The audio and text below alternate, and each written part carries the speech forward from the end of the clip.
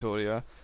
The build we're gonna discuss now is the other version. Like, if you believe that power range is strong, there's another build that's at an even more stable and at a very good position at the moment, which is a heavy condition ranger, which heavily relies on traps. So the utilities you're gonna need are the following. It does bring team support some way for the fights. First thing is the water field with healing spring, so you can have condition cleanses. The other one is the traps you're gonna pick. Traps are on very low cooldown and you can hide it away, and you can even cast it twice on the ground by refreshing their cooldown. If you put it down like this, the cooldowns will be refreshed and they still are down on the ground and are in the shadow, so then we cannot see it. The other thing is the change to Entangle. The cooldown reduction of it is huge and it will make this build significantly stronger. Combined with the Necromancer and Epidemic, the teamfight potential of the combo and the condition pressure is immensely high. It's possible to stack Immobilize, Burning and 25 Bleed stacks almost immediately. Because of the lack of condition cleanses, I'm gonna take Signet of Renewal, and you can cleanse if your pet is in range on command, everything. It will be transferred, but don't forget to swap the pets. Weapon set is kinda defensive, because I'm gonna run Rabid on the build, and Rabid will make you have a little HP pool. So you are really vulnerable even with this armor to spike damage and to conditions.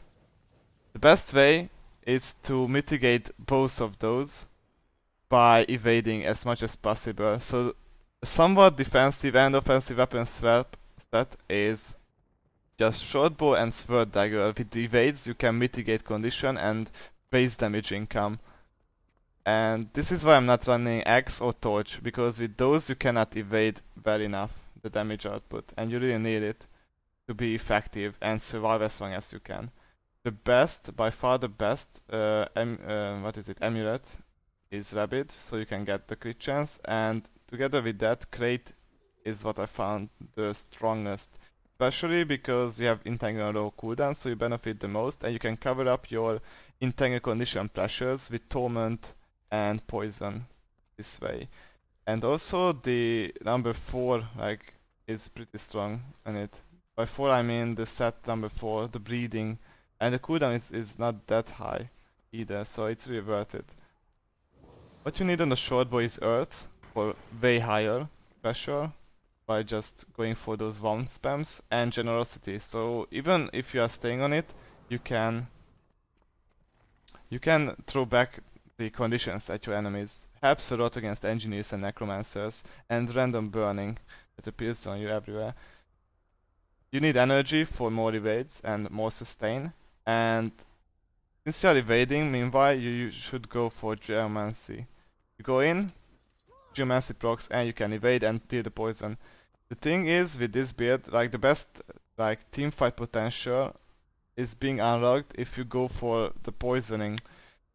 With Poison Master, you will have lots of poison, and you can control it by swapping pets and just putting it on some targets, and the poison damage will be significantly higher, and it usually takes around 350 or 340, which is a lot, and it becomes a really very strong condition.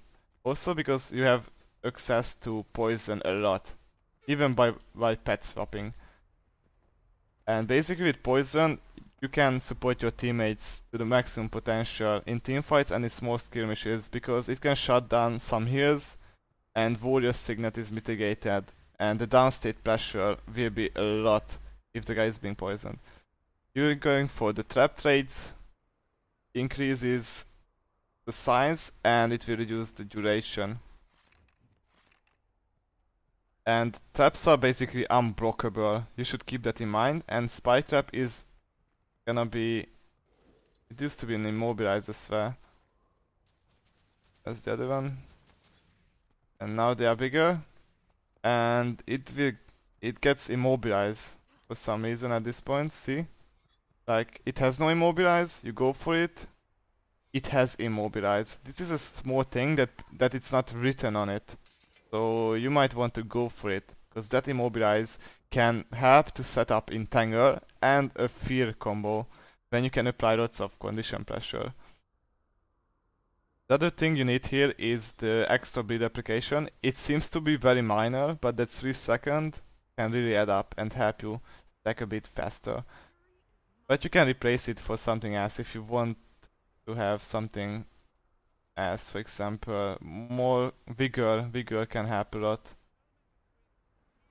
So either you go for vigor or for more condition pressure there.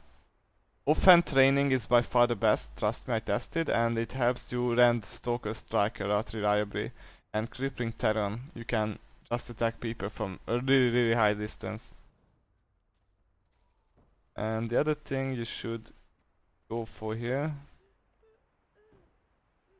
is the reduction on the survival skills. So Entangle is really game changing, especially if combined with something else that has good pressure with you. Some other condition user or anything that benefits from the timing of immobilize.